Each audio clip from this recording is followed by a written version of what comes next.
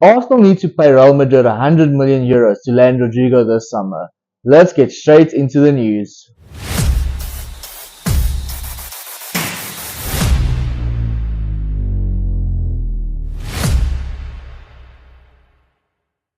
How's it going, guys? And welcome back to Punch Drunk Arsenal, your home to all the latest Arsenal news and transfer updates. In today's episode, we're going to have a little look at the reports coming out of Spain. I believe it's Diario. I believe it's Diario AS. I'm not 100% sure how the pronunciation goes for that one. But the report claims that Arsenal will need to pay around 100 million euros to Real Madrid to land Rodrygo this summer.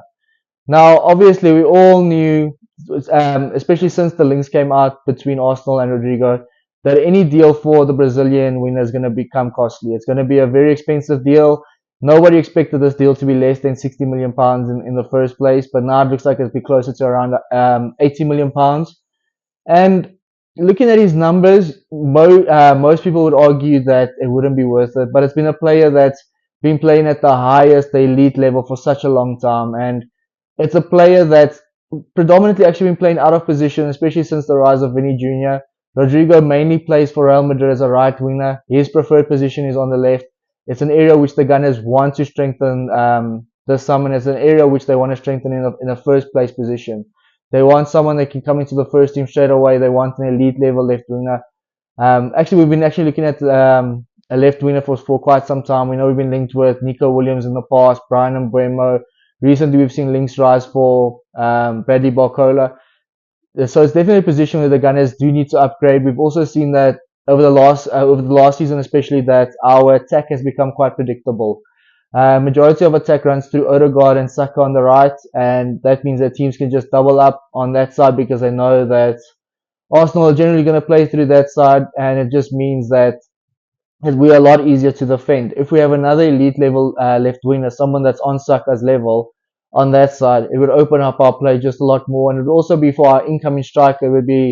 It would help a lot because it would allow him to have more space as well as give someone like Odegaard, who didn't have the best of seasons last year, more space to actually play his game and express himself and implement his style of play on the matches, as we saw in a couple of seasons ago when teams were arguably probably a little less scared to face Arsenal, so they knew. Also, actually, they didn't know that they could leave Odegaard so much space. Now they know the level of the player. They know exactly what we're going to do, and that actually has hampered us over the last couple of years. If you consider the player Rodrygo is, as I mentioned, his stats aren't super impressive. They're not bad by any stretch of the means. He scored 18 goals and he assisted another seven or so, so that's 25 goal contributions over the season. But also, as I mentioned, he was majority of the time playing out of position. When Rodrygo's at his best is when he's on that left cutting in. So that's something we also see. Saka does quite a lot on the right. He likes to chop back onto his left foot, play in that cross, or maybe even go for a shot. That's something Rodrygo is also very good at. We know that he's not the fastest of players. He reminds me actually a lot of Saka. So he would be for me the Saka on the left. They play a very similar style. They're good with the ball at their feet. They're quite unpredictable. They got a very good pass on them. They link up play nicely. Also, they like to cut in and have that shot. Rodrygo's finishing is quite decent, especially on the left. So that's another positive to take from a potential transfer for Rodrygo.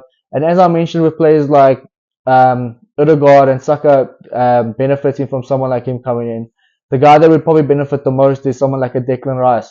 We know he likes to do those bombarding runs into the box. He's going to be playing predominantly as an 8 next season. So if he has Rodrygo next to him on that left hand side, it would allow him I think we would actually see the base from Rice. We'd actually see a real monster coming in. Rodrygo's passing is elite. I think it's better than both our left wingers at the moment, Martinelli and Trossard. Martinelli probably does have more pace on Rodrygo, but Rodrygo is definitely technically a better player than Martinelli.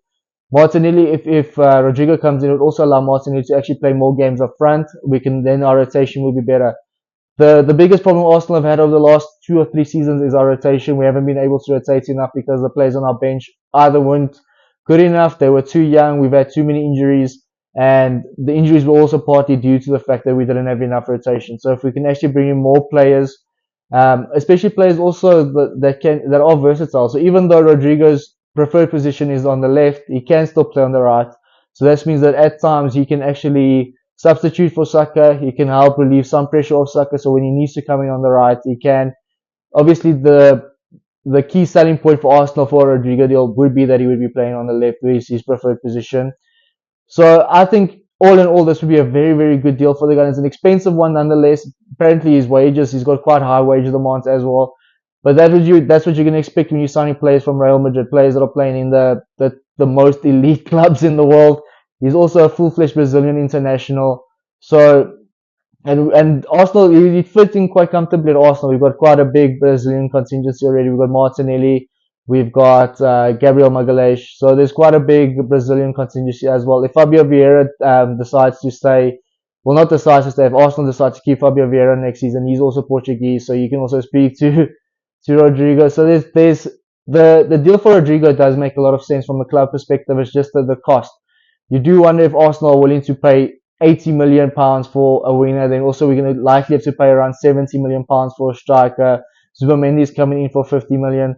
That's already 200 million budget right there gone. And then we're also looking at signing a backup goalkeeper as well as a backup defender. So unless some players leaves or we just magically happen to spend that amount of money, I personally don't see Rodrygo happening. He's my first choice. He's the one that I would love the club to sign.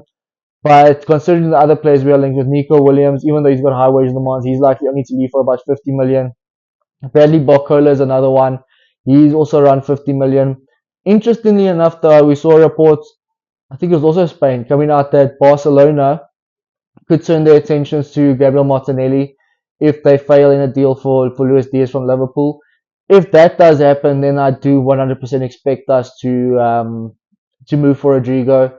However, from the information we received, Arsenal actually have no intentions of selling Martinelli, and they busy in contract negotiations with the 23-year-old over a new contract, which is the right thing to do. Martinelli, there is a player in there somewhere. He also didn't have the best of seasons, but there definitely is a good player still in there somewhere. For me personally, I would have preferred it if we moved Trossard on and then just brought in a new winger. But with that said, as I mentioned before, the rotation thing is a problem, and I would rather us have as many options as possible than be in a situation again next season. Let's say we sell Trossard, we bring in Rodrygo, Martinelli gets injured, then next moment, let's just say we bring in Sesko, Sesko is injured, and then we're stuck with three attackers once again. So I think we need at least two options in every position. If we can get two left wingers, two right wingers, and two strikers, we'd be firing to go. Because obviously, Waneri can also play on the right wing. Trossard can play across the front line. Martinelli can play across the front line. Bringing Rodrygo, he can play across the front line. So it just gives us a lot of options heading into next season. Something we need for our attack. We also need to mix it up. We can't be playing with the same attack every week, injury wise, predictability wise, and we just need the rotation numbers. So guys, let me know what your thoughts on the possible Rodrygo deal. I'm sure most of you would be happy about signing another Real Madrid player. We've always got good relationships with Real Madrid. We signed a couple of their players in the past. Just off the top of my head, Martin Odegaard, Danny Ceballos, Mesut Ozil, obviously, just to name a few.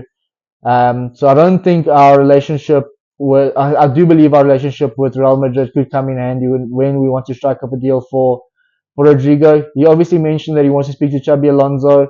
Alonso, in his first press conference as Madrid manager, did mention that he's going to count on Rodrygo this season. But with the amount of signings Madrid are making, there is a possibility that they could do a few outgoings. And Rodrygo seems like the likeliest name to leave at this moment in time. But anyway, guys, thank you so much for joining us. Don't forget to smash that like button, follow Punch Drunk Arsenal for your latest Arsenal news and transfer updates, and leave your comments in the comment section down below. Cheers, guys.